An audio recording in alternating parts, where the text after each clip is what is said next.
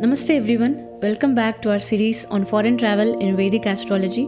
In today's episode, we are diving into another major reason why people travel abroad, that is for professional opportunities. Your chart might indicate a career path across borders. Let's explore how. According to Vedic astrology, working abroad is a combination of planetary placements, the right houses, and the dashas. So which parts of the chart we actually have to look into? The first most important house is the 10th house, which is the house of profession, and its connection to 12th house, which is the foreign lands, or the 7th house, which is also a foreign connection. And of course, the influence of Rahu and Ketu on profession house or the lagna. This can often trigger overseas shift. But here's a golden rule which I can't stress enough. However strong the chart might show the indication of travel to foreign land, nothing happens until the right dasha is active. So the dasha must involve a planet connected to these combinations which I just explained. Otherwise, those combinations remain silent until the right dasha is activated. So now let's go through some examples. So this is a private chart of one of my clients. So this person moved to another country in Europe in 2021 for work. Let's see what was happening in this chart. So who is the 10th lord? It's Jupiter. And the 12th lord is Venus. Do you see the mutual aspect between Jupiter and Venus? So it's quite clear the person has the combination of 10-12, so which is house of profession and the foreign connection. So there is definitely a connection. And now let's see the dasha when the person traveled. So the person was running Jupiter major period and Mercury sub period. So that is Jupiter Mahadasha and Mercury Antardasha. So Jupiter, as you already know, it's the 10th lord, which is connected to the 12th lord, and Mercury, which is a lagna lord, which is also placed with the 12th lord Venus. So the lagna lord Mercury, the 12th lord Venus, and Jupiter, the 10th lord, all are connected, and she exactly traveled to another country in Europe for work and settled there during the Mahadasha of Jupiter and Mercury. So that clearly shows a foreign work was destined. Now let's talk about a chart of a famous celebrity, Elon Musk.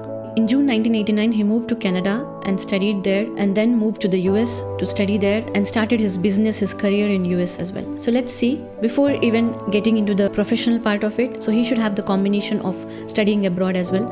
It would also be a good recap of the previous episode. Let's quickly see. So do you see his 5th lord Venus is so strongly placed in 12th house in its own sign? So this is a clear indication that a person would have his education abroad. So now let's dig into the professional part, which is the topic of today's episode. So he started his business in the USA, and this happened during the Sun Mahadasha and Venus Antardasha. So Sun major period and Venus sub period.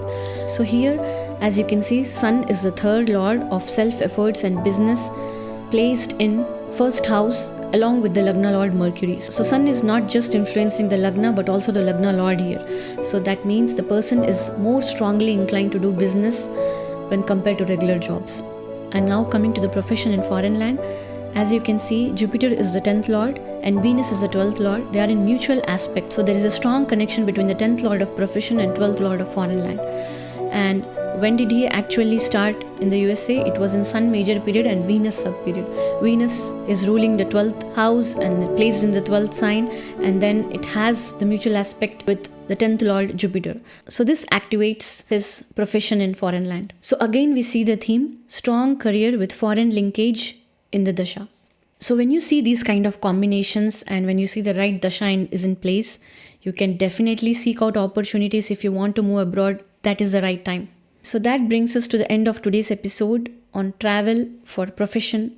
And I hope you now have a clear understanding of what kind of combinations or what planetary placements or what kind of dashas give foreign opportunities. But always remember that every chart is unique and you need to analyze carefully and contextually. I hope you found this episode insightful, and in the next episode, we will be exploring foreign travel due to marriage. See you until then. Namaste.